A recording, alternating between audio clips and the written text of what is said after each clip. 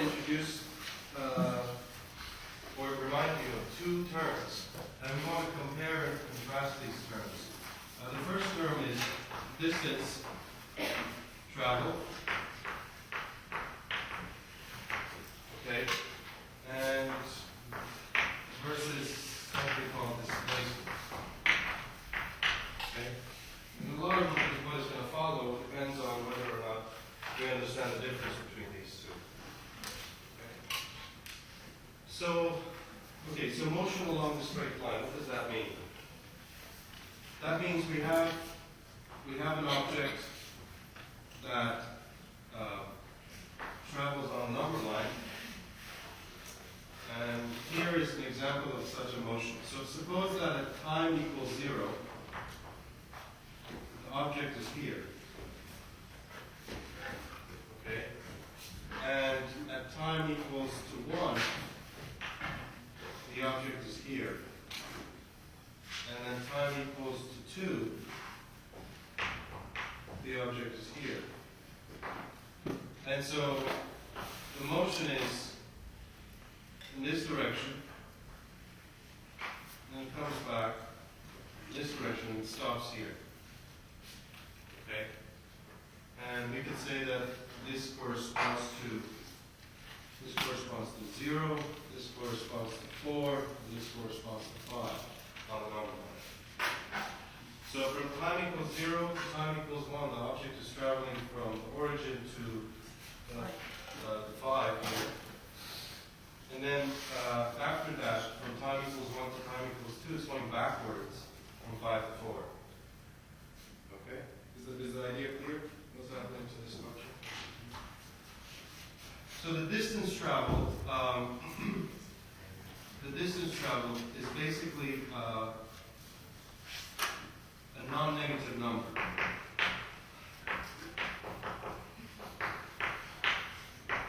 Okay? And it represents well, the distance traveled. Right? I mean, what do you think the distance traveled here is? So, what is the distance traveled from here to here? 5. And then from here to here? 1. So, the distance traveled here is 6 units. Pretty standard. Now we want to compare that to the idea of displacement. Displacement is defined as the final position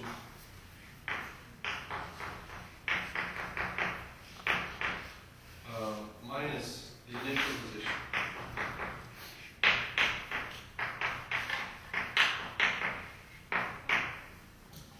So if the position is described by the letter S, then this is the change S, change in position, return position, or just delta S, change S. So having said that, we don't take into account the path. That's for the distance, the path that it travels. We only consider 2 points, the initial and the final point. And it's the difference of the final minus the initial. So what is the final position of this object? 4. Minus what is the initial position? 0. So the displacement is 4. Okay?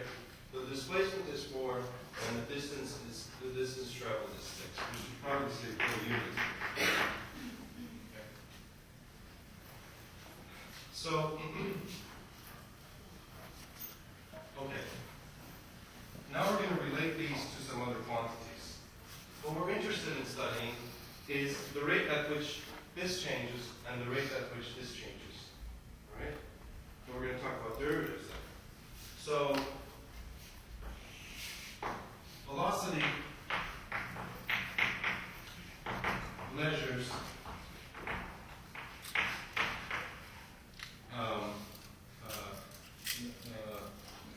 how fast displacement or position changes.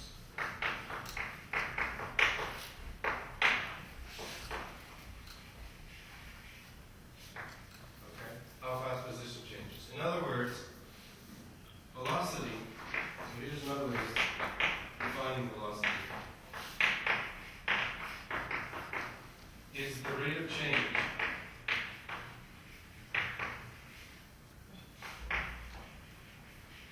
position, okay, how fast, that indicates that we're measuring something with respect to time. So it's the rate of change of position with respect to time.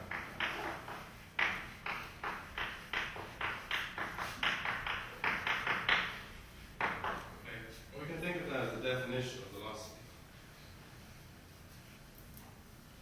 So, okay, let's translate that to symbols now.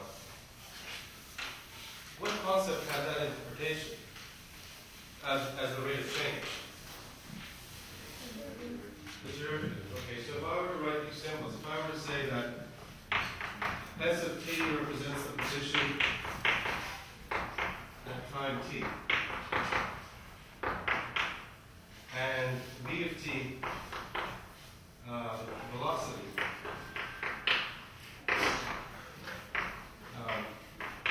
at time t, then the relationship between these two, just translating that second phrase, is that velocity is the rate of change with respect to time of position. Okay? So velocity is the rate of change with respect to time of position. Of course, another way to say this is that v equals s prime, if you use prime notation. Okay?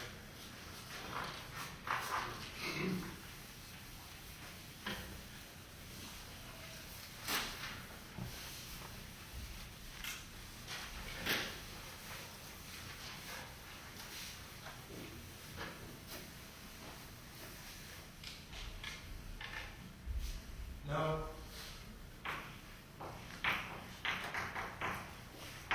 velocity measures how fast an object is moving,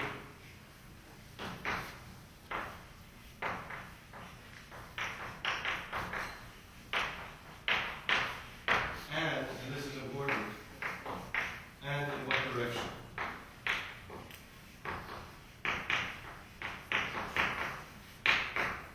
For the purposes of calculus 1, we can only study motion along a straight line. Okay, those are the tools we have because we only study functions that depend on one variable. So we don't know vectors. So in what direction? Well, for us, convention. Let's just agree on something. Convention. If we are moving on a straight number line, then V positive is going to mean that we're moving right. The object is moving to the right. And V negative means that the object is moving left. And V equals 0 means the object is not moving. Okay? Is that clear? All right. Now, speed measures how fast an object is moving.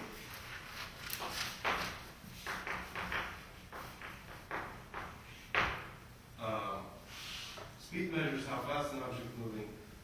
Does not take direction into account.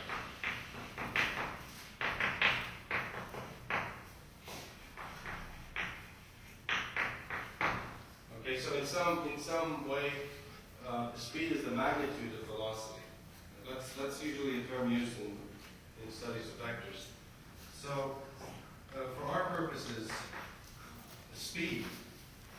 So we don't want to write S for speed because S is reserved for position. We just write speed equals the absolute value of velocity. Okay? Speed is an absolute, it's just a magnitude. It's how large it is. It doesn't matter if it's positive or negative. Or the absolute value of the rate of change of position with respect to time. Okay? So having said that, if we were to do a correspondence here, then distance, the idea of distance corresponds to speed, and the idea of velocity corresponds to displacement. That's the relationship. Okay, so let's take a look at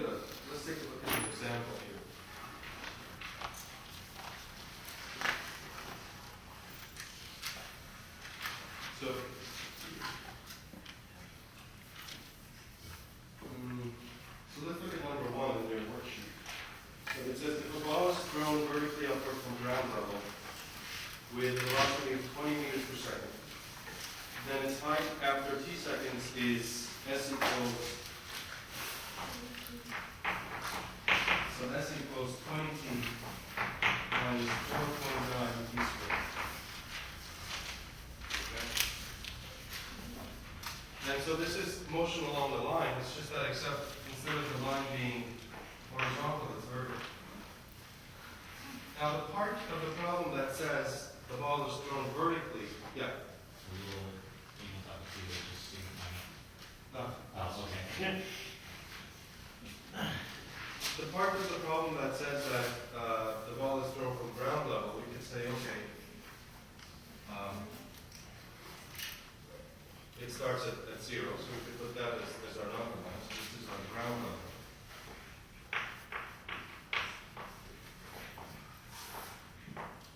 Okay, and this direction is positive. All right? And this describes the height. Okay? So this describes the height after 2 seconds. Find the acceleration as a function of time. Okay. So, what is an interpretation for acceleration? Let's talk about that first. What does it measure? Very good. Measures how fast velocities change. So let's translate that to a statement that includes the phrase rate of change. How would you write the same thing to something with a phrase that describes acceleration as a rate of change? If it measures how fast velocity is changing, then acceleration is the rate of change of what?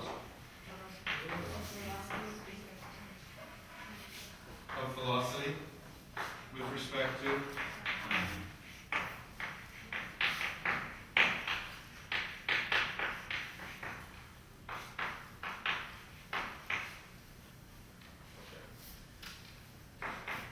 And having described acceleration this way, as a kind of intuitive definition, and then making it more precise, helps us relate something that we kind of know about and model it using mathematics, using a concept we already know, rate of change derivative, and so forth. As a matter of fact, in real applications, it has to be, I mean, depending on the situation, you have to be able to determine what quantity is changing and kind of define that quantity as derivative in terms of something else. That's a big statement. We'll see some more examples in a minute. So if I were to translate that to simple, what would I say? A is what? The rate of change, velocity with respect to time.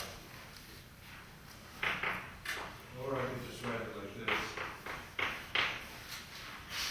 Let's go a step further. What was the velocity as the rate of change? ds dt. So this is saying that it's the derivative of the derivative of s, right? So if I were to summarize this, I'd say this is the second derivative of s with respect to t, both times. And so in prime notation, a equals b prime, or a equals s double prime.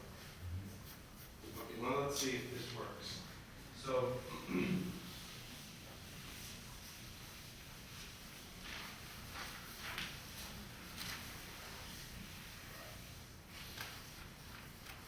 then to find a, we need to find b first. So b is s prime.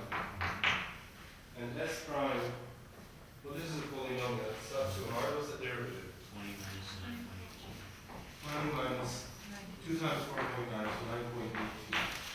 So that's the velocity at any time t seconds. And then a is b prime. So this is b. What's a then? It's negative 9. Negative 9.8. Okay. So that answers the first question. Why is acceleration fixed, do you think?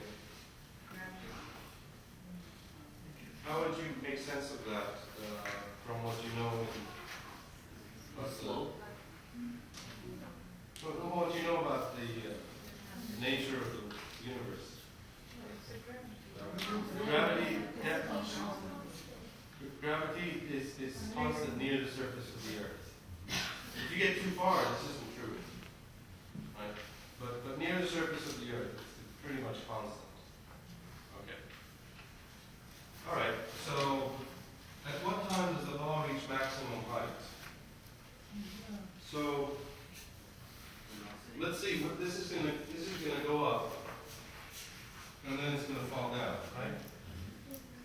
At that moment is what we're interested in. We wanna see how long it will take to go all the way up there. Velocity equals 0. Very good. Velocity equals 0 is the statement, right? Before it can fall back down, it's got to stop just for an instant, right? So, how should we say this? So to reach, so at maximum height,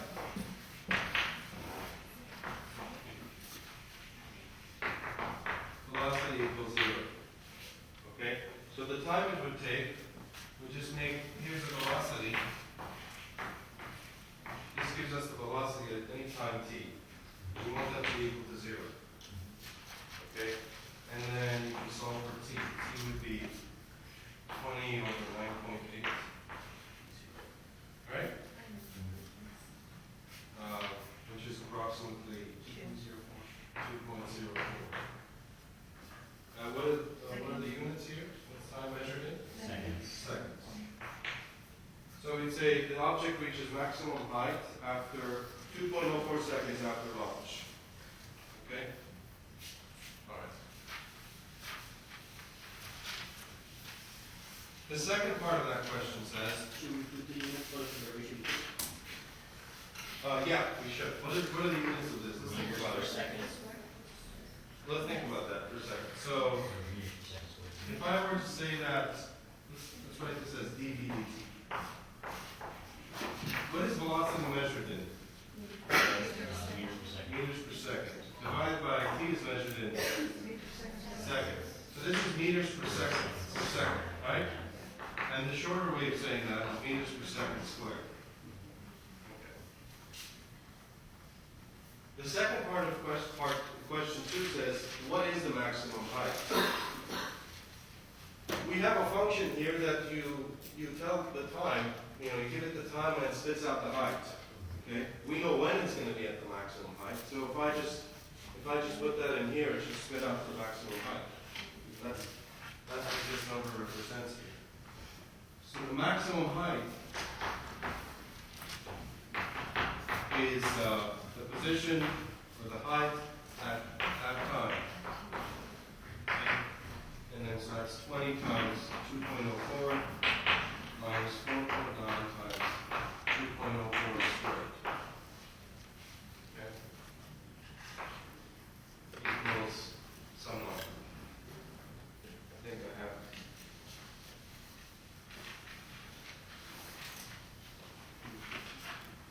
20.41 meters. It's about 20.41 meters. Okay? That's the maximum height it reaches. So, if our object is going up like this, okay, this maximum height it reaches before it goes back down is 20.41 meters. Okay? That answers question 2. Question 3 says, part C says, at what time does the object reach the ground? Well, this is the ground we said, right? The position at the ground level is what? 0. 0. So at what time does the position, well, the position to be equal to 0. So this quantity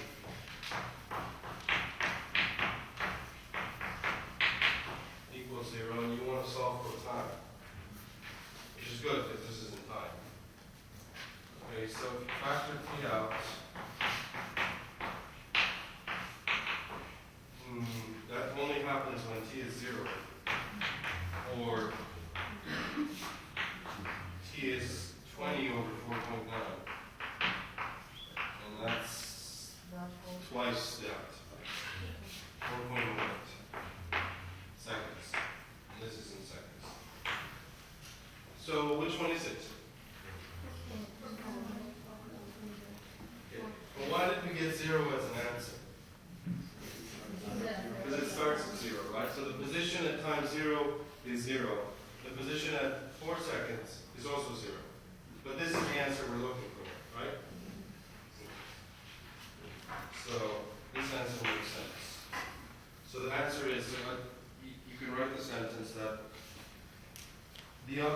reach the ground 4.08 seconds after it's launched. It'll reach back to the ground. Okay? All right, so this is a basic application of these position, velocity, acceleration, and so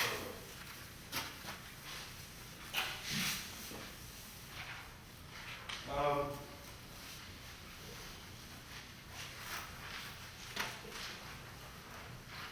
Let's talk about part D, which isn't written there, but maybe this is a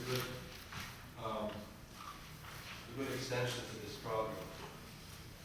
What is the speed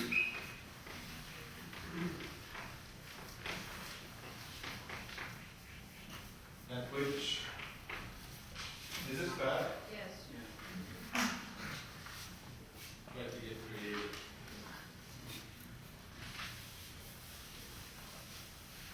What is the speed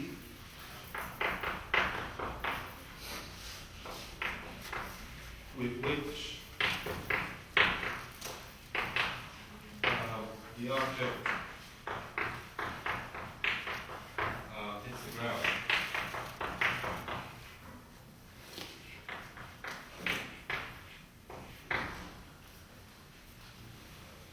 What is the speed with which the object hits the ground?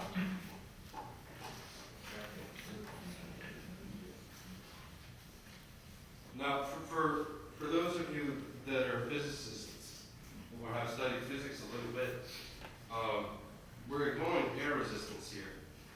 All right? So, what do you expect the answer to be? 9.8. What? I said 9.8. You said 9.8? Okay. All right, well, let's take it. You've heard of the idea that energy is not lost, right? And since momentum is preserved, things like that. I mean, is this language new? Is this conservation of momentum, things like that? Well, again, forget about it. Let's just see. Maybe this model tells us the answer.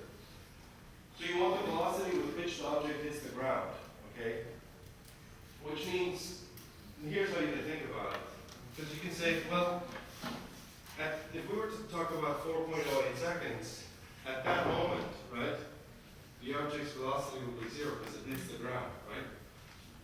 So the way to kind of try to make sense of this is that on its way down, remove this ground level so that it can, and try to measure how fast it would go through there.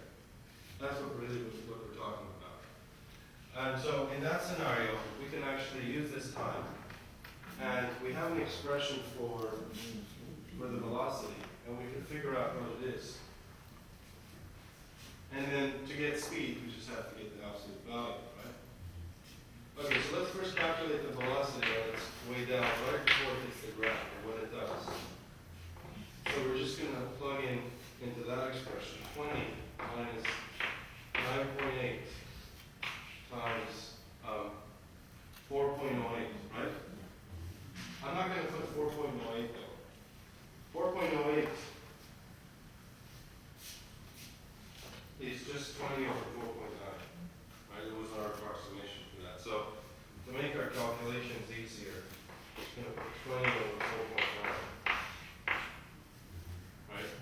And then, so this cancels with this, the common factor is 2, so that's 20 minus 40, which is negative 20 meters per second. Yes? Does that make sense? This negative tells us that the direction, since we're calculating velocity, it's going to give us information about magnitude, which is 20, and direction, which is negative, so it's down. Makes sense. So the speed is the absolute value of that, 20 meters per second. Right? The first part of the problem reads, an object is launched, or a ball is launched from ground level at initial velocity of 20 meters per second. Okay? So what I was trying to say earlier was, we expect this answer, right? Because there's nothing lost in energy or momentum, right? It doesn't collide with anything. Air resistance doesn't affect it, and so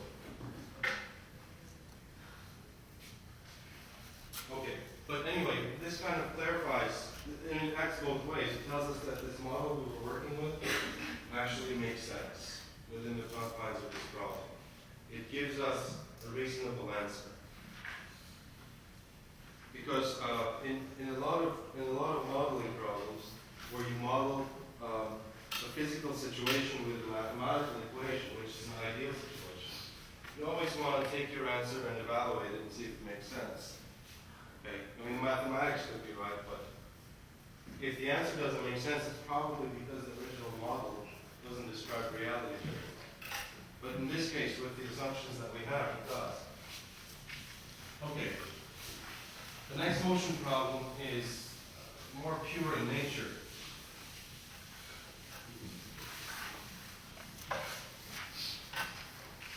Number 2. S equals sine t gives the position of an object moving on a straight line from time t equals 0 seconds to t equals to 2 pi seconds. And we want to find the velocity at time t equals pi over 3. Okay. So S of t equals sine t, and this is defined on the interval 0 to 2 pi. Okay. And let's just come up with a little diagram here. So it's motion along the horizontal line. Now, before we solve this problem, we kind of know what sine t is, right? So if I want the position at the beginning, then I just have to plug in the lowest value of t I have. So S of 0 is sine 0. Sine 0 is what? 0. So that's the position at time equals 0. And then what's the largest sine t can be? 1. And that happens when t is what? Pi over 2. Right? And what's the lowest value sine t can be? Negative 1. Right? So, and that happens where? At 3 pi over 2, yes? Okay, great. So, in that case, what's happening is, so this is where the object starts, and then it comes here, and then it goes back here. And where does it end? The last, the end time is 2 pi. Sine of 2 pi is what? 0. So this is also where it ends, right? At 0. It comes back here. So this is the motion of the problem. And we can figure that out without having to do any calculations. Well, any calculus at least. Right? Okay, so let's answer part A. Part A says, what's the velocity at pi over 3? That's what we have to answer. Before we even calculate that, where's pi over 3? Where do you think the object is at pi over 3? It's somewhere between 0 and 1, right? So it's on its way to the right, yes? So since it's on its way to the right, we expect the velocity at that moment to be positive. Okay, so that's a kind of a reality check before we actually do the calculations, and that's what we expect. So, okay, well before we do that, let's get an expression for velocity. That's the rate of change of position. The derivative of sine t is cosine t. And then, so that's the velocity at any time t. So in particular, the velocity, try it up here.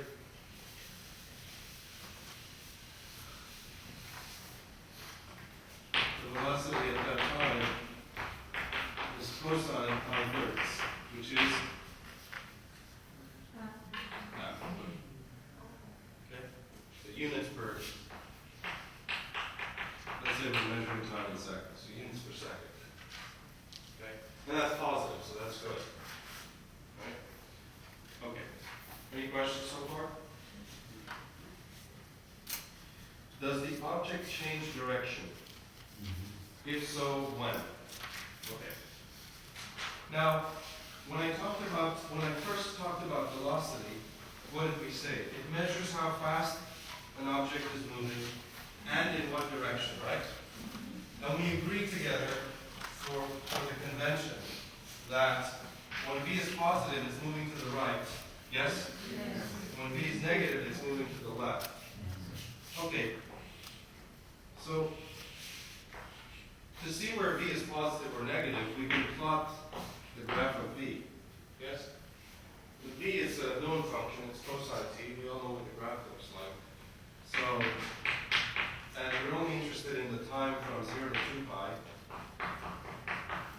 So, well, the highest value cosine can take is 1. And the lowest value it can take is negative.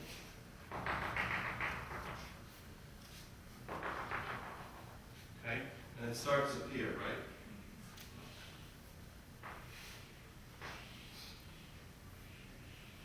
Something like this. You agree? Okay. So it looks like over here, velocity function is above the t-axis. The velocity is positive here, right? Does that make sense? Okay, and similarly here, the graph is above the t-axis, so over there velocity is positive. But between these two, velocity is negative, right? So this means we're moving to the right, and between these two times we're moving to the left. So according to this picture, velocity changes direction where? On pi over 2 and 3 pi over 2. Okay? What's so special about those 2 points?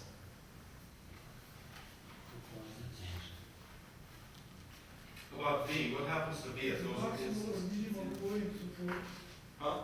maximum and minimum points to the, No, my question is simpler than that. You're right, but the question is simpler. What is the velocity at those points? 0. Okay. Remember the intermediate value theorem? That if a function is continuous, which we know it is, right? And it's positive somewhere and it's negative somewhere else, then it must be 0. Can't go from positive to negative without crossing 0, right? So if we know that, another way to find out what this is without the graph is the times at which the velocity equals 0 are candidates for the moments or for the times where the object may change position.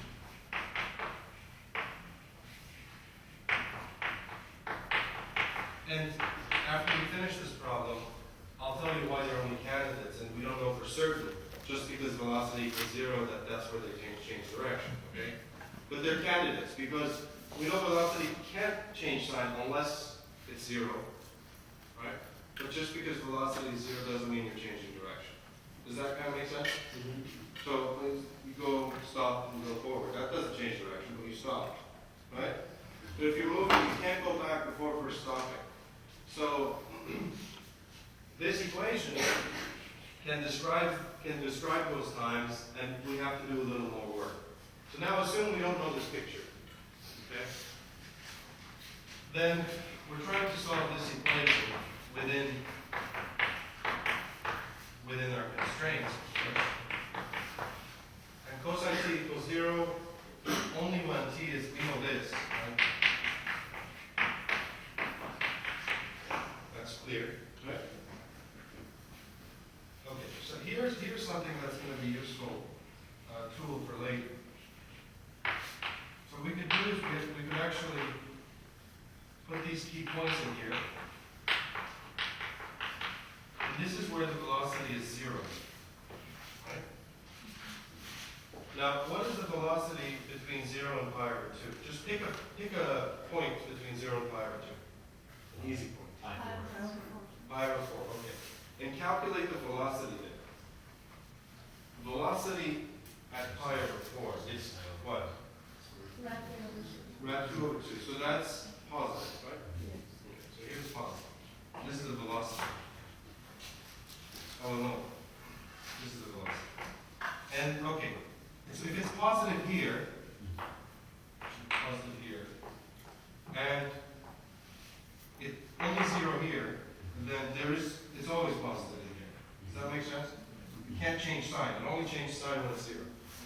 Okay, and then pick a test point in here, let's say pi. Cosine pi is negative 1, right? So, and it doesn't change sign here, so it must be negative all the way through. And then pick a test point between 3 pi over 2 and 2 pi.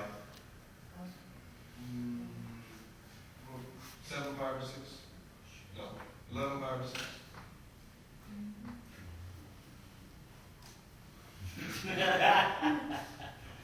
Give me a point between 3 pi over 2 and 2 pi. Ladies and gentlemen. 5 pi over 3. 5 pi over 4. So, 5 pi over 4 is between 3 pi over 2 and 2 pi. No. 7 5. You guys remember a circle with like things on it? Unit circle? 7 5. 7 pi fourths, yes? Anyway, it's positive there. Okay. So the velocity is 0 at these two positions, but that's not enough. It's important for us to see that the velocity changes sign for us to say that the object changes direction.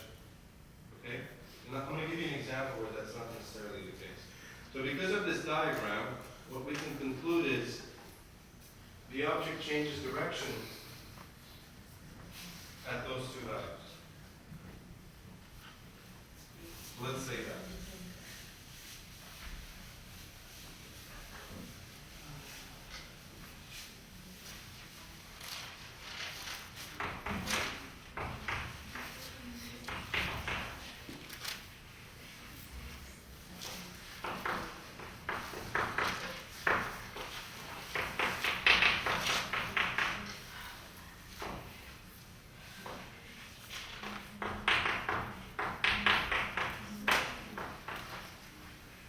What's the reason? What's the reason the object changes direction at these two values? No. Good, wrong answer.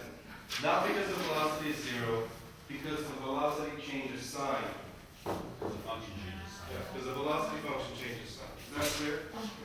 That's a good mistake. So because the velocity changes sign at those times.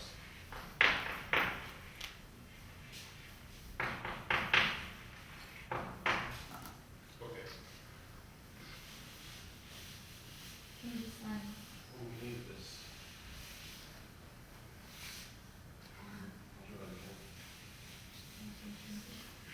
So our original picture was right about changing direction. Right? So we said that the object at time 0 starts right here. And then at time pi over 2, the position was 1. And at time 3 pi over 2, the position was at negative 1. And at time 2 pi, it was back here. So,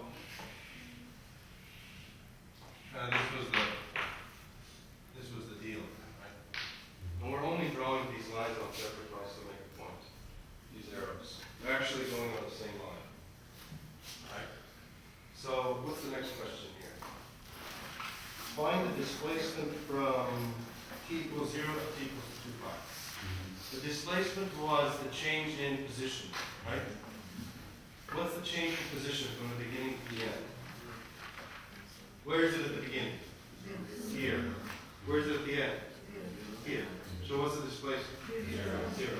So, we can write that out. So displacement equals the position at the end, and for us the end is at time 2 pi, minus the position at the beginning, which for us is time 0. Okay? And that's S was sine t, so this is sine of 2 pi minus sine 0, and so that's just 0. So the displacement is 0.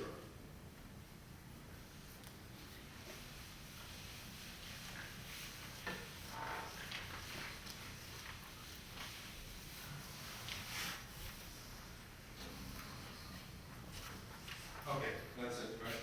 And then find the distance traveled from t equals to 0 to t equals to 2 pi. It definitely moved, right? So there must have been a positive distance.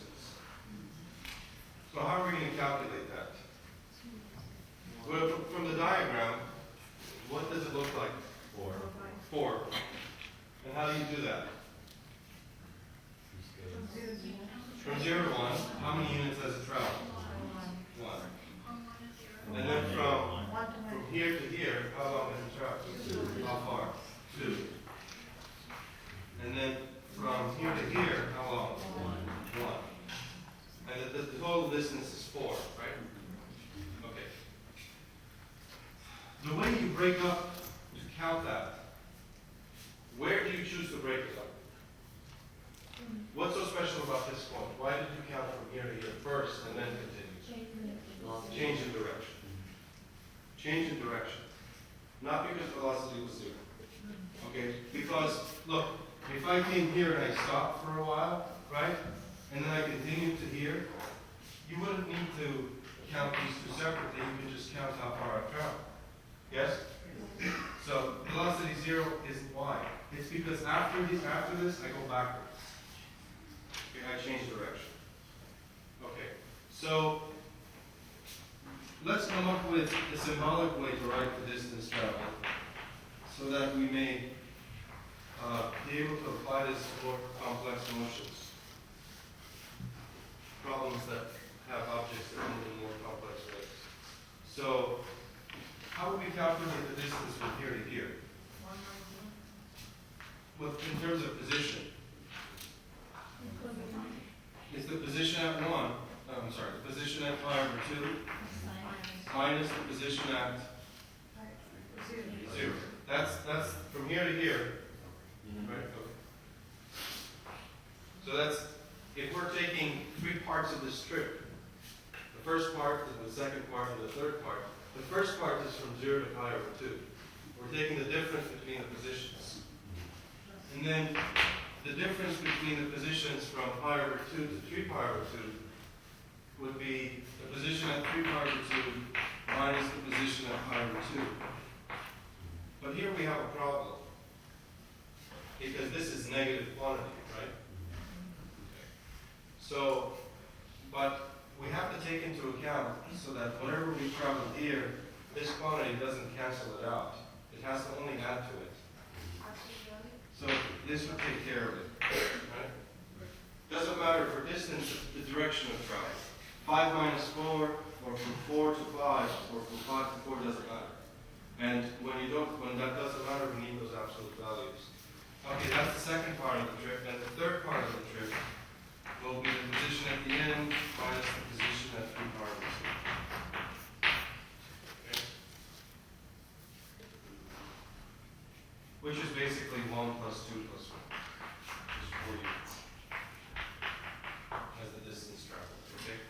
But I wanted you to make sense of these expressions. And I didn't want to just write them down without thinking about it a little bit. The calculation is clear once you have the motion, okay?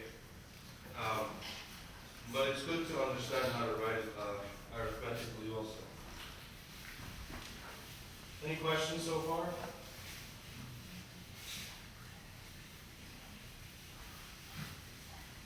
Okay.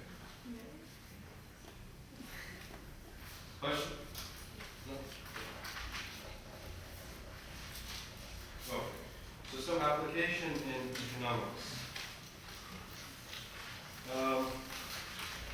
We're gonna work with 2 quantities, 2 main quantities. The first quantity is the revenue, and the other quantity is the cost. So this is a pretty simple application in economics. Okay? So we're gonna assume that C of X equals the cost of producing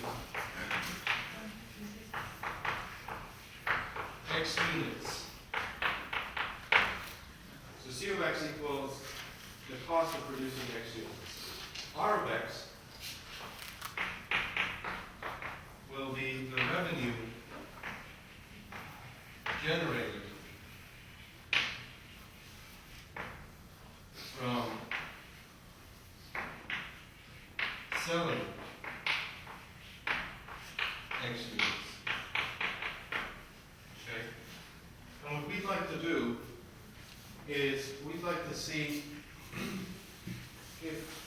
what the sensitivity to the number of units is of the cost. So in other words,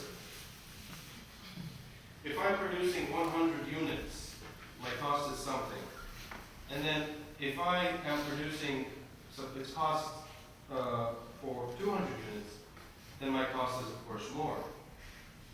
But the question that we'd like to ask is, at any moment, if I were to produce one more unit, how much would that cost, that one more?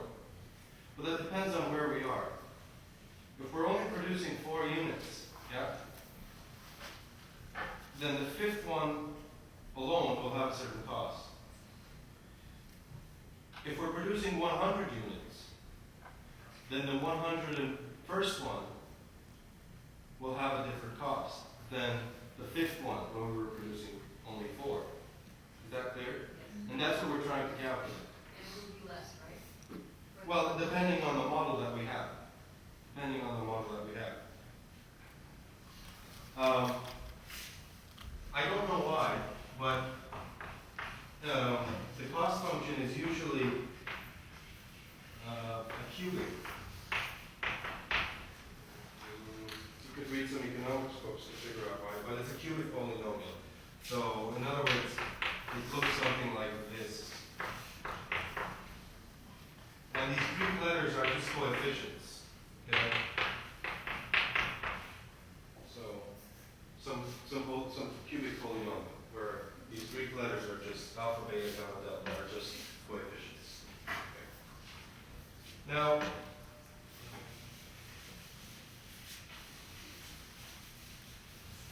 we're going to assume the cost function has an equation of this. C of x equals 1200 plus 12x plus 0.1 x squared plus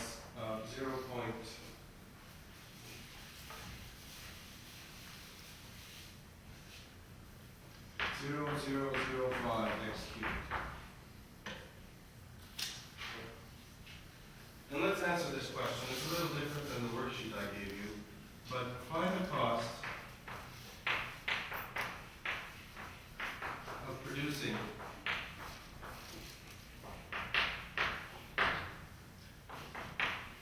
the 201st unit. Okay. Which means we're already producing 200. If I were to produce one more, how much would that one more cost? Yes? Okay. Well, how would you do that? Figure out how much 201 units costs to make in total. And then figure out how much 200 units costs to make, and then subtract them. Right? That makes sense. Okay. So I need you to get your calculators out and help me out. So we want to calculate these two numbers, C of 201 and C minus C of 200. And this is our function.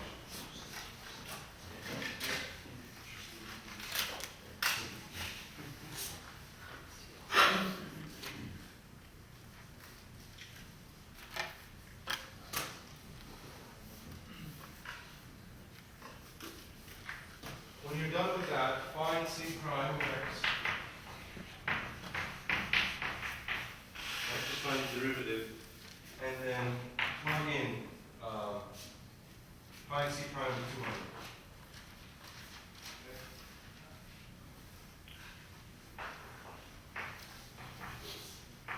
So C prime of x is easy, and then plug in 200. So we're going to get a number for this line over here. And then we're going to get a number for this line over here. Okay?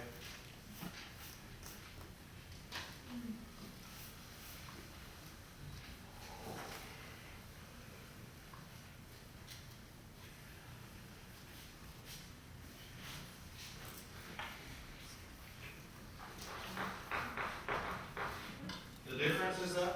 No, 4005. Okay. That's the difference? 112,000 or 0.4005? Yeah, point. Okay, so let's just say 112.4. Is that okay? Okay, And then what's C prime of 200?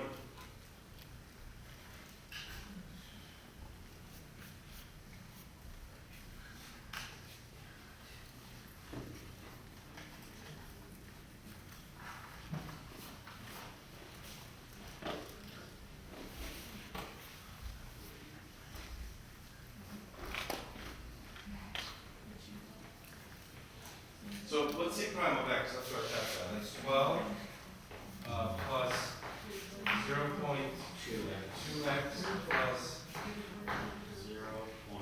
0.0015x squared.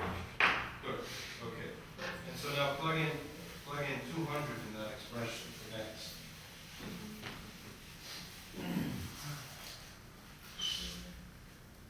What happened to it? That's lovely, isn't it? Right? The difference is. Okay. So let's try to make sense of this. And which one is easier to calculate? C prime, right? Okay. We have half of the computations in the simpler polynomial, so it's much nicer to calculate C prime. C prime of x, okay, where C of x is the cost function of x units. C prime of x is called the marginal cost function. I'll just say marginal cost, okay? And it approximates something. What do you think it approximates?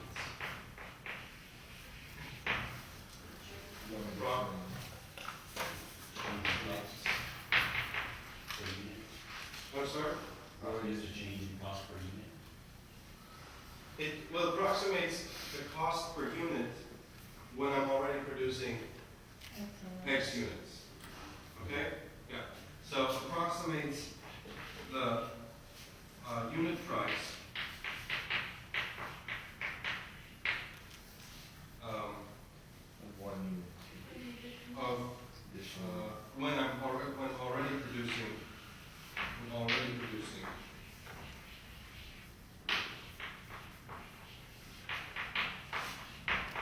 X units. In other words, maybe we can write that more elegantly. C prime of x is approximately equal to the cost of x plus first unit. Okay? So in other words, C prime of 200 in the context of that problem is approximately equal to the cost of producing the 201st unit. Okay? Does that make sense? That's the value of the marginal cost at x equals 200. Right? It's not exactly equal, but it's pretty close. And so that's the function that economics might use to estimate that. Alright? Now, I defined revenue also. R of x being the revenue of selling X units, right? There's a concept similar to this, in parallel, it's called marginal revenue. What do you think that would represent? R prime of x is the marginal revenue. What do you think that represents? The revenue generated by producing the 200. Very good. Yeah, R prime of 200 would be the revenue generated by selling the 201st unit. Okay? Approximates that, actually. Because to get the exact value, I'd have to get R of 201 minus R of 200, but then approximately would be R prime of 200. Yeah? Would x in this case would be the unit price? No, X is the number of units The or number so. of units. Yeah. Okay. This completes our discussion of the first part, which is rates of change. And after the break, we're going to talk about related rates of change. So take 10 minutes and so forth. So let's suppose that this is your velocity function.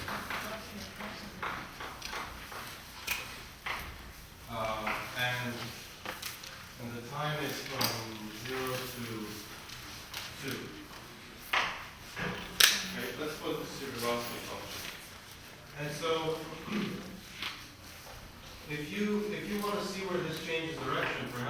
start by saying, let's see where v equals 0, right? And then t minus 1 squared equals 0 when t equals 1. That's within the interval, so okay. That's when the velocity is 0, but does it change sign there? Well, like I said before, that's not enough. So here's the start and the end, and this is when the velocity equals 0. We'll take a test point between 0 and 1. Since this is continuous, we know whatever sign it has, with this whole interval would have the same sign. So take a test point of half. Half minus 1 squared is positive. Okay? And then take a test point between 1 and 2, say 3 halves. So 3 halves minus 1 squared is still positive. So although the velocity is 0 at this point, it doesn't change sign. Okay? Therefore, the motion of the object, or the object doesn't change direction when it's moving.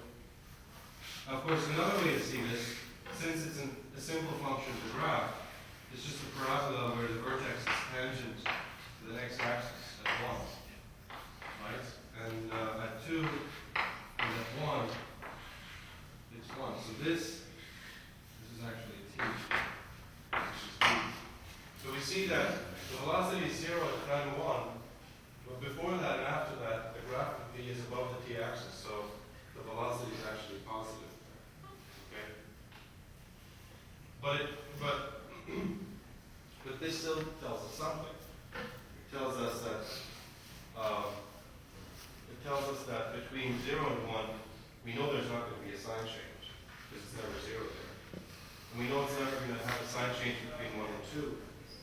So if these two signs are the same, then it's not going to have a sign change anyway. Okay, so it's not useless to calculate this value, but it doesn't mean that that's when the velocity changes. Is that okay? Alright, so the next idea of related rates of change.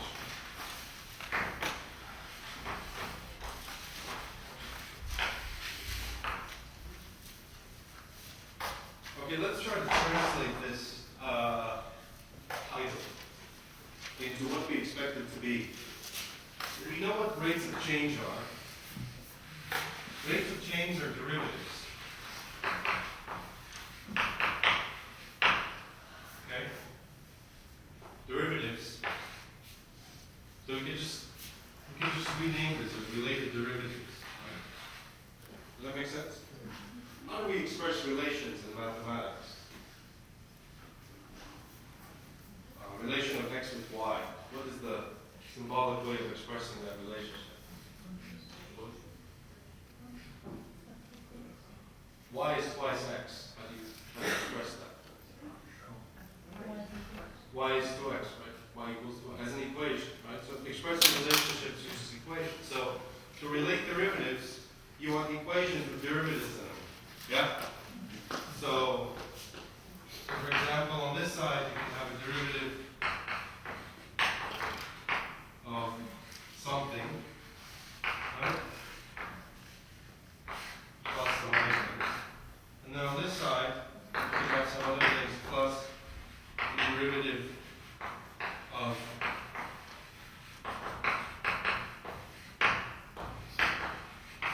something else. And that's an equation that relates derivatives. That's a related rates of change. Therefore, in our study here, typically what's going to happen is we're going to be given the derivative of one quantity. We're going to be given how fast one quantity changes. And we want to find out how another quantity changes. That's the whole idea. Okay, that's the big picture. So in these types of problems, look for quantities whose change you already know how they're changing. And then look for the question which asks you, I want to find how fast what changes. What is the quantity that I want? And that's the other derivative that you want to find. Perhaps the simplest example could be a basic motion. Motion along with parabola. Let's take a specific parabola. Motion along the parabola, y equals x squared. Okay?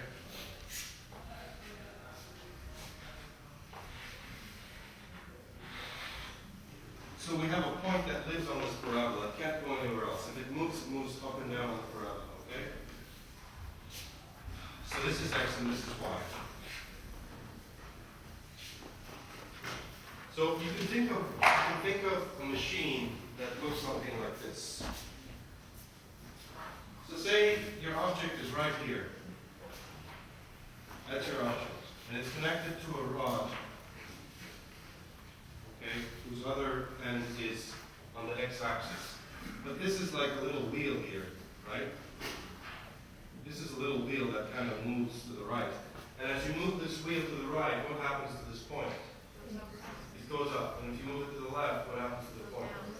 It goes down. Okay.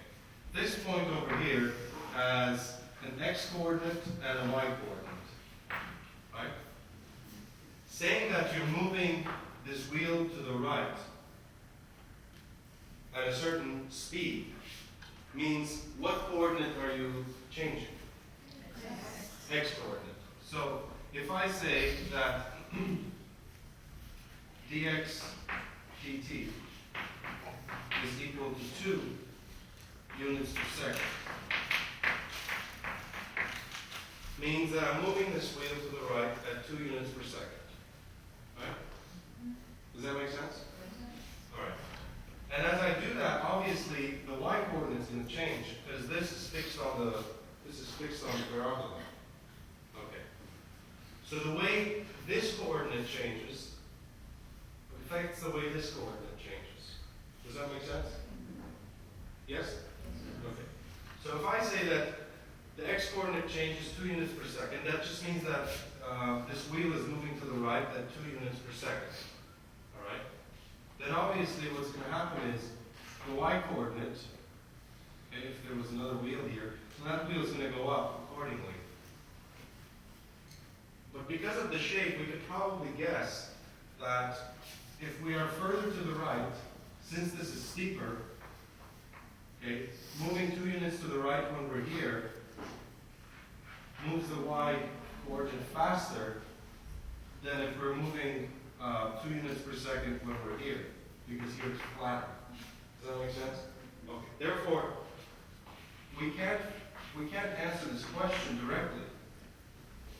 Okay? But what we can say is, what is dy dt?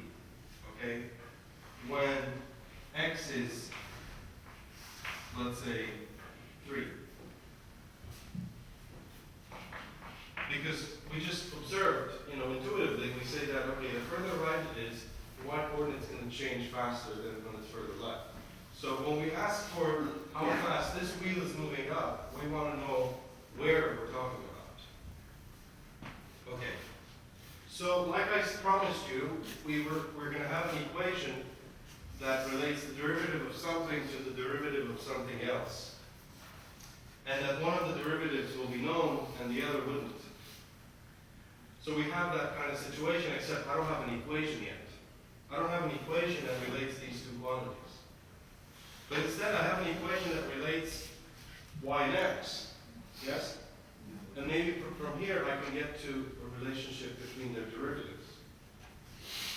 Well, we can differentiate this equation and we'll get derivatives in there, so it's pretty standard. But remember that we're interested in how fast something changes with time.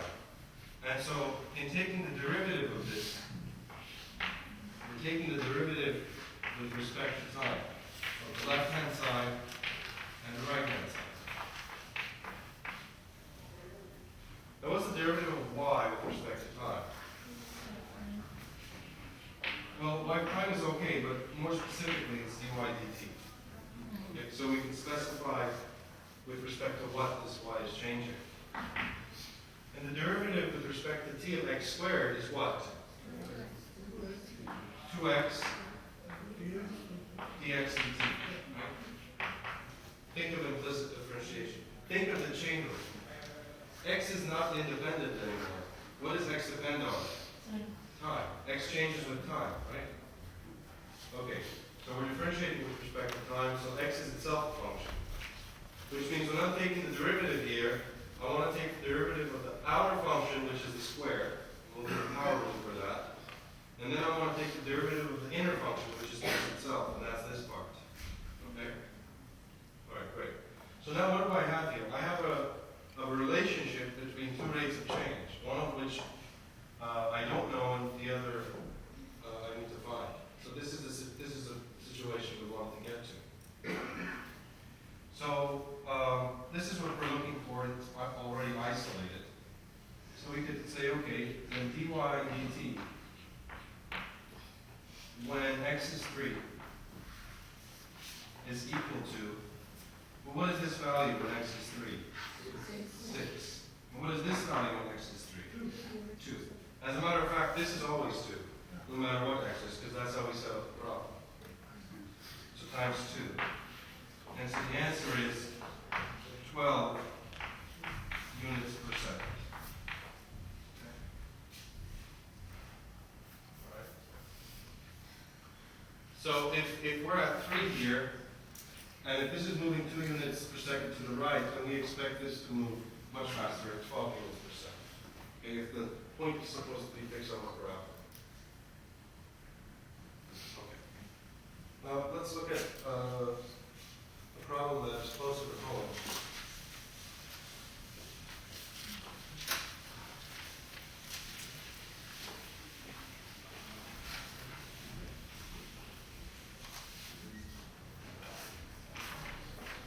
And we're going to look at number 4 now. These problems may require you to remember some geometry. Similar triangles, Pythagorean theorem, the volume of a cone, the surface area, things like this. But if you find yourself having some trouble remembering those formulas, I may provide them to you. Okay? But some things I just have to take for granted at some point. So I'm going to take for granted that you know how to work with similar triangles. Yes? What's so special about similar triangles?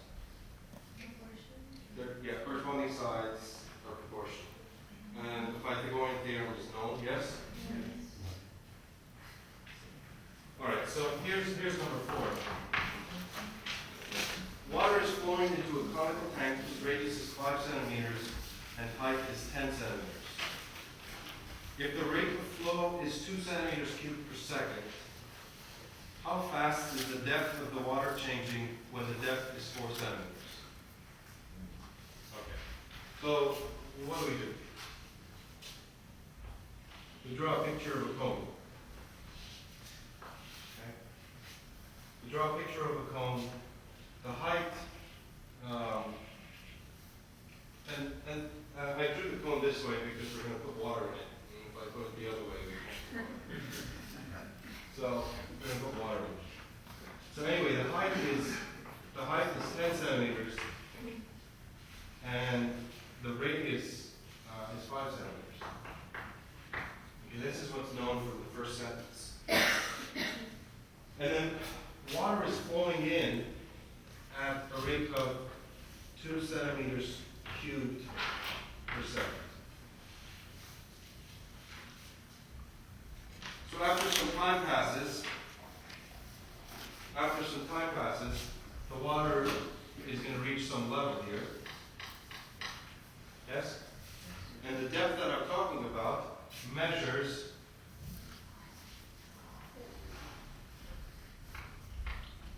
this. This is the depth of the water. We'll call it H. Okay? And then the shape that the water takes is the cone. And we can talk about the radius at the surface of the water. And we'll call that radius R. Okay? And now let's do what we did earlier. Let's try to figure out what rates of change we have and what rates of change we'd like to find. Now, this 2 centimeters cubed per second means that something is changing, some quantity is changing, and the unit should give it away. What is the quantity that's changing? Something that's measured in units. Volume, very good. So the rate of change of volume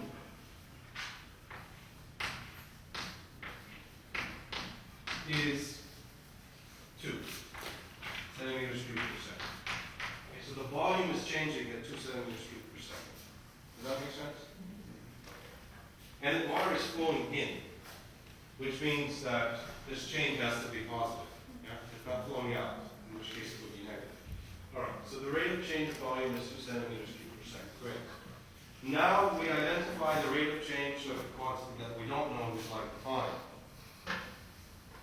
And it says, how fast is the depth of the water changing?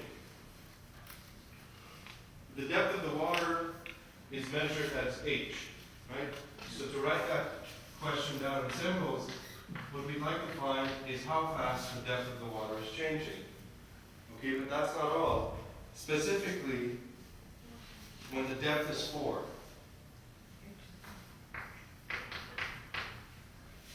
And that's the question we'd like to answer, okay? How fast is the depth of the water changing when h is 4? So why is this a calculus problem? Right? Well, see, this is a calculus problem because this is a cone versus a cylinder. Right? With a cylinder, if you're pouring water at a constant rate, the depth rises at a constant rate. Okay? So some basic calculations can give you the answer. But the problem with a cone is, okay, the lower you are, the faster the height's going to change if you're pouring in at a constant rate, yes? And the higher you are, the slower the height's going to change. So the rate of change depends on where you are, yes? And so that's why it's a calculus problem. Okay. Like before, I want to mention something here. We got these two. These were the key things in the first step. But we didn't write an equation that relates these two. What did we start with? We started with an equation that relates y and x, yes? And then we got an equation that relates to the derivatives. So let's follow the same technique here. Now, is the volume of a cone related to how high it is? That's the question, right? Otherwise we'd be in trouble. Is V related to H? Yes. How? What is the relationship between V and H?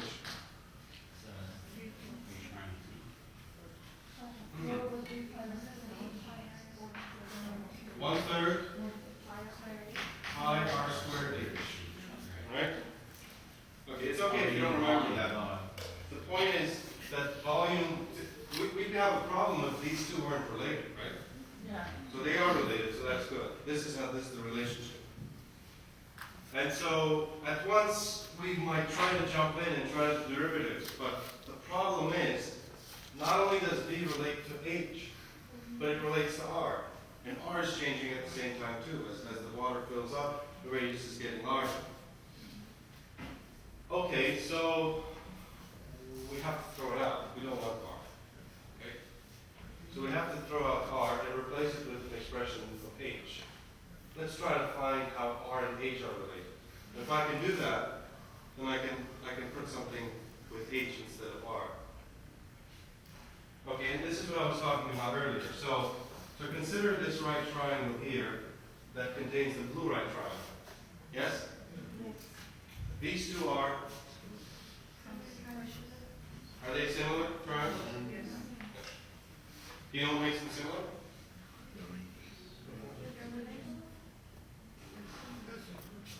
We can't do proportions. We don't know the sides. What makes them similar? Okay, they're both right triangles, but that's not enough.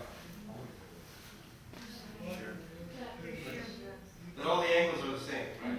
You know, this is the same as this. They're both 90. These two are the same. They're the same angle actually, and so are these two. As a matter of fact, 2 would be enough, right? But anyway, it's clear that these two triangles are similar. Okay, fine. So that means the sides are proportional. So if I take the ratio of the radii, let's say the big radius divided by the smaller one, then that should be the same as the big height over the smaller one. Yeah? That would be great. So now we've found a relationship between H and R. And then after some manipulation, maybe we could conclude that R is half H. Does that make sense? How do we do that?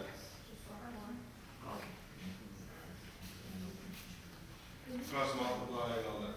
You're good here, right? So R is half H. Great. So in other words, and R it's not like it changes if we have a higher depth, right?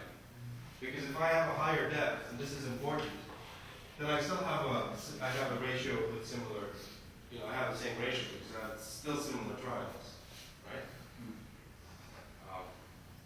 So I have to tell you why I just wasted some time there. So here's what I'm talking about. Right? If this was your cone, which is a kind of nasty cone, but if this was your cone, then and this is what you were talking about, right? And then the height reaches this level, and then the whole thing changes. You don't have similar triangles anymore, right? This is a nice question.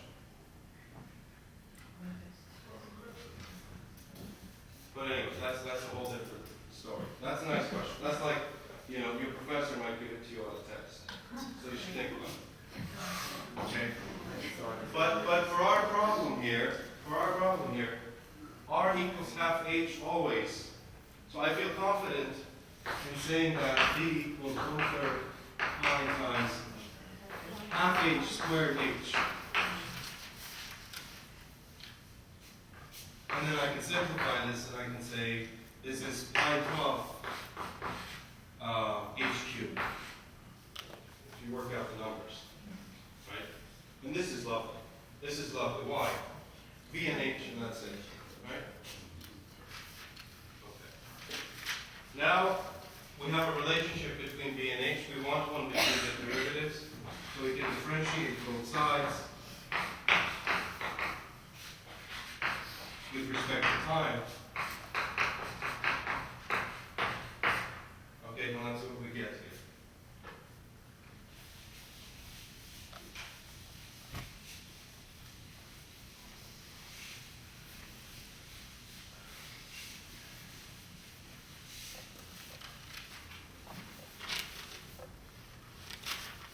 So derivative of b with respect to time is just dv dt, right? The derivative of this expression, well, pi 12 is just a constant. So we can just say the constant times the derivative of this expression h cubed. That's 3h squared times what? Times the h. Okay? We can simplify this. Maybe should be 4 here, right? Now let's write an expression that's easier to answer the question with. We're looking for dH dt. So let's come back here and let's try to isolate this quantity. So dH dt, okay, we're just going to divide by all that other junk over there. So we're going to have 1 over, actually 4 over pi h squared times dV dt. Okay, just rewrite it. And then I want to answer this question specifically when h is 4. So I want dH dt when h is 4. And so on the right hand side, I know the value of h because h is 4, and dV dt is known. We have 4 over 5 times 16 times, what is dV dt? 2. So then that's 1 over 2 pi. What are the units? Well, what is the unit of h? H measures the depth. What is that? It's centimeters. And what's the unit of time? Second. So it's 1 over 2 pi centimeters per second, right? Like 0.15 or 0.16 centimeters per second. Okay.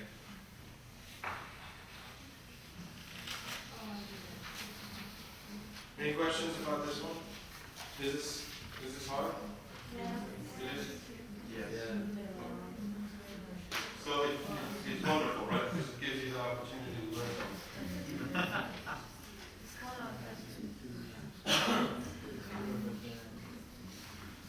Okay. So can I answer any questions about this? Yes. This one? Any other questions? Well, you have to know some more than just a nasty picture. But it will be solvable. So if it's not the, what is it, similar triangles, how would we be able to solve it? There will be some relationship. Oh, Okay? It depends on the shape of the tank that you're filling it in. okay. If you're filling it in a hemisphere, then there are other relationships. Okay? If your tank looks like so, and there's a problem in your book that has something like that. So, say this is a hemisphere with constant radius and water is flowing in, right? Yes? So, okay, so that's going to have a different relationship. Right? But hemispheres are nice because the distance from the center to any point on the perimeter is the same. So that's one nice thing about it. But it's going to be a little more difficult than this. Okay, so let's look at a problem of a different nature. Slightly different.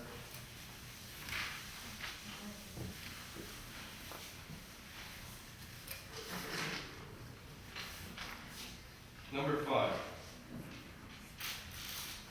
Okay, let's look at number 5 together. The television camera is positioned 4 feet from the base of a rocket launching pad. The angle of elevation of the camera has to change at the correct rate in order to keep the rocket in sight. Do you agree with all this? That would be a problem, right? Also, the mechanism for focusing the camera has to take into account the increasing distance from the camera to the rising rocket. Otherwise, your picture is blurry if it's not focused. Okay? All right. Let's assume the rocket rises vertically and its speed is 600 feet per second when it has risen 3,000 feet. How fast is the distance from the television camera to the rocket changing at that moment? At the moment where the rocket is 3,000 feet above the launching pad, okay? The rocket, we're going to assume, goes straight up, okay? So this is the launching pad. Launching pad. Launching pad. And this is the rocket. Okay? And then after a while, this is the rocket. Okay? And the camera is positioned here. This is the camera.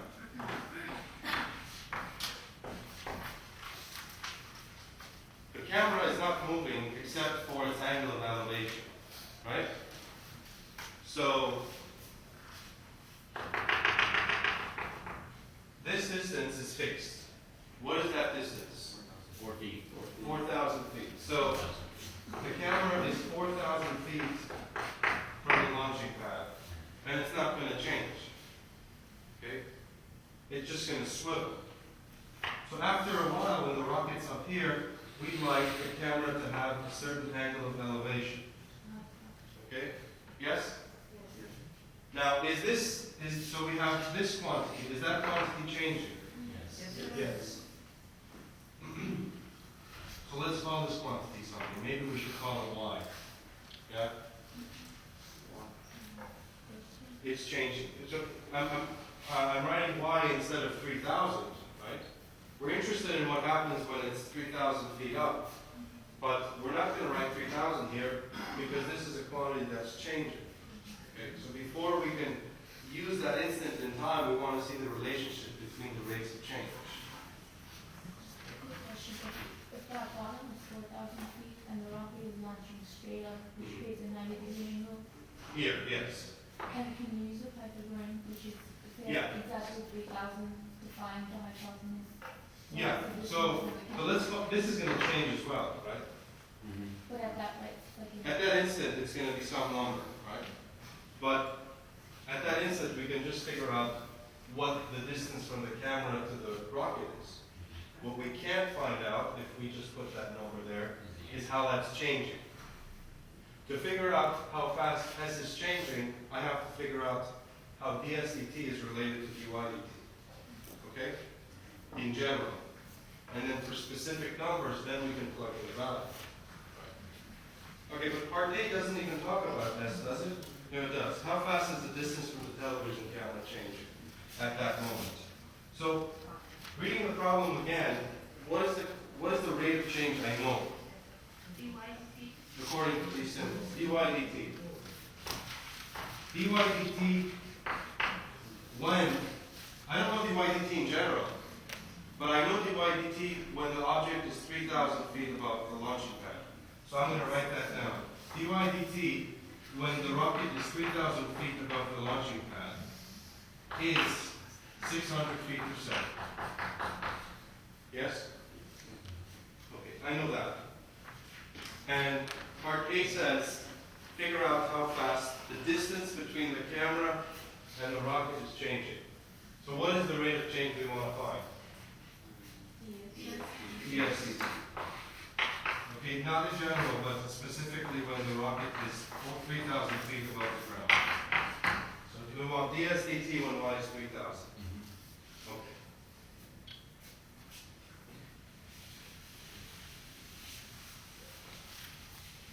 So we'd like to find the relationship between these two derivatives. But as before, what is our technique? First find the relationship between S and Y. And then find the relationship of the derivatives. Well, like somebody said, there is a natural relationship between these three quantities, right? And so S squared equals 4,000 squared plus Y squared. Does that make sense? Yes. Okay.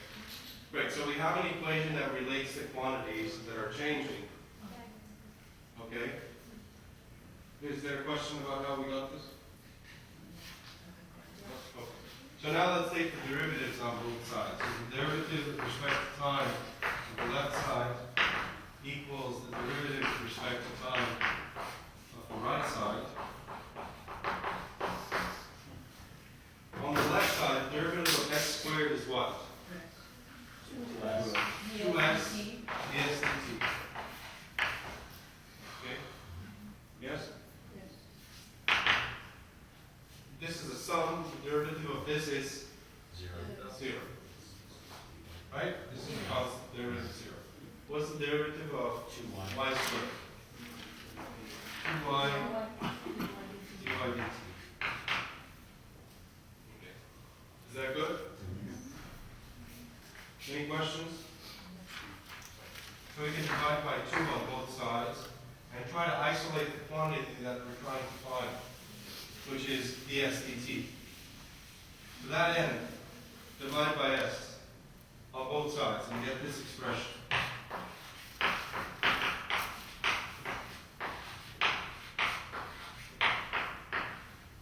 Okay? Is that fine? Alright, so I want to find the value of this, specifically when y is 3,000.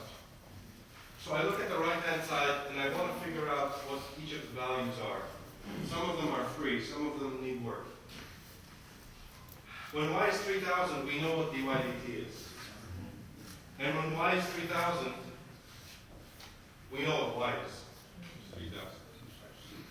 But we want to know, what is S when y is 3,000? Well, can we figure that out? Yeah, well, exactly. Because we know y, we know S. So let's figure it out. Well, S is 5,000, right? Right, 3, 4, 5 triangle. Okay. But let's show when y is 3,000. Then S squared equals 4,000 squared plus 3,000 squared. And S squared equals 16. 16 plus 3 is 16 plus 9 is 25, and 10 to the 6, right? It's 25 million, right? So then S would be the square root of that. It would be 5 times 10 cubed, which is 5,000. I rarely use scientific notation, but I don't want to write too many zeros. Okay? So S is 5,000 feet. Okay, great, so specifically on y is 3,000. So the SAT when y is 3,000 is the ratio of y and s, 3,000 over 5,000, right? It's 3/5, times dy dt at 3, when y is 3,000 is 600. Okay. So, help me out here, what is it? 600 divided by 5, 30 30 times 3. is 110. 30 times 3 is 90. Or 90. Yeah, yeah, yeah, nice. You're right. 360. Am I doing this right? No. I think. No? No, I'm sorry, it should be 120, 3 times 120. 120, 360. Thank you.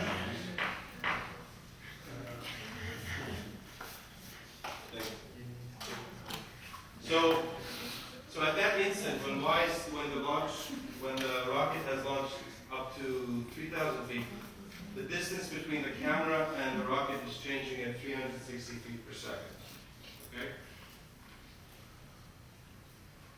All right.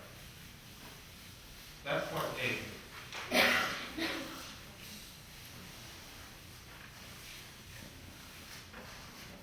Now let's look at part B. If the television camera is always kept aimed at the rocket, which is probably a good idea, how fast is the camera's angle of elevation changing at that same moment?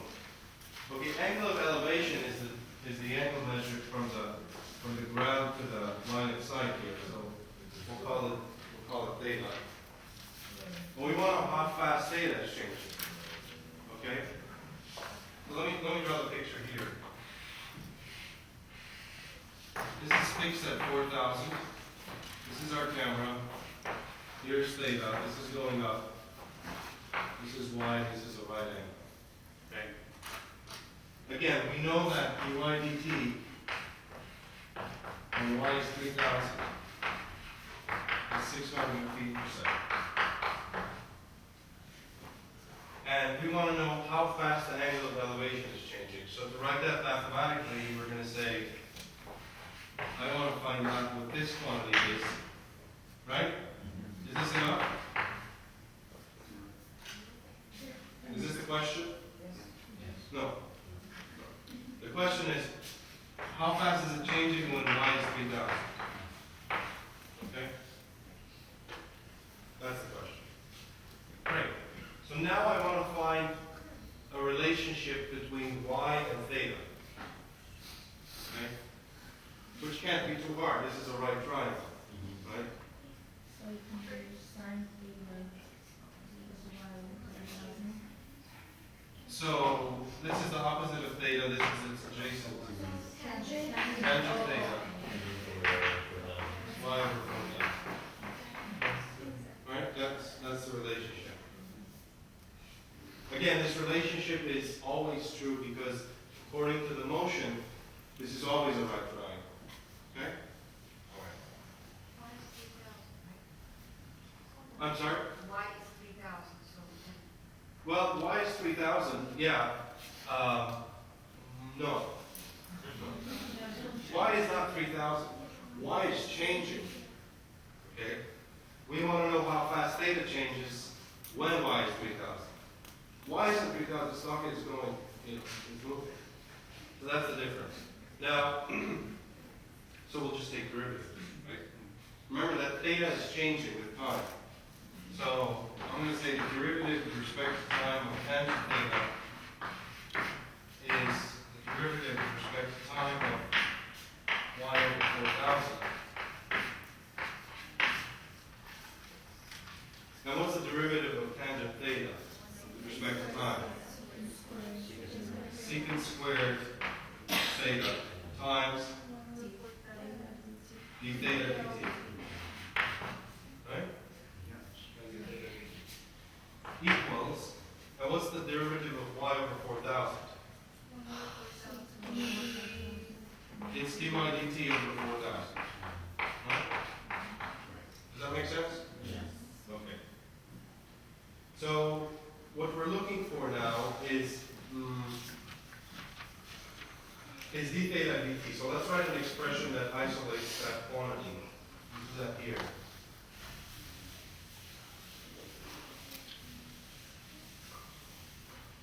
So then we have d theta dt will be cosine squared theta over 4,000 times dy dt. Perhaps that's the best way to write that, right?